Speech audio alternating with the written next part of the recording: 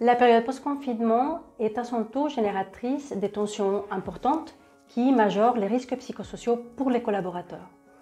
N'oublions pas qu'avant le confinement, des projets, des transformations, des développements, voire même des réorganisations comme des PSE étaient déjà en cours.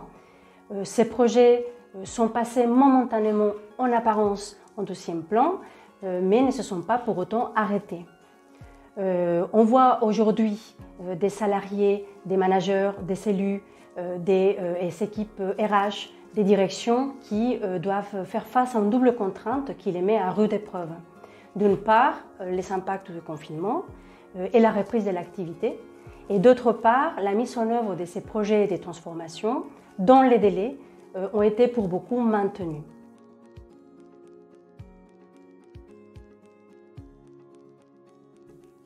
Pour faire face, et au-delà d'être un filet de sécurité, l'espace d'écoute facilite le maillage entre les acteurs de la prévention pour développer et accompagner une culture de la covigilance qui est en effet nécessaire précisément pour pouvoir prévenir, traiter, voire même stopper des situations engendrées par l'engrenage des risques psychosociaux au travail.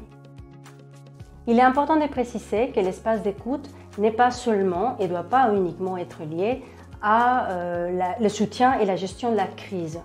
Tout le contraire, l'espace d'écoute est plus que jamais et doit être plus que jamais au cœur des démarches de prévention dans la vie quotidienne de l'entreprise.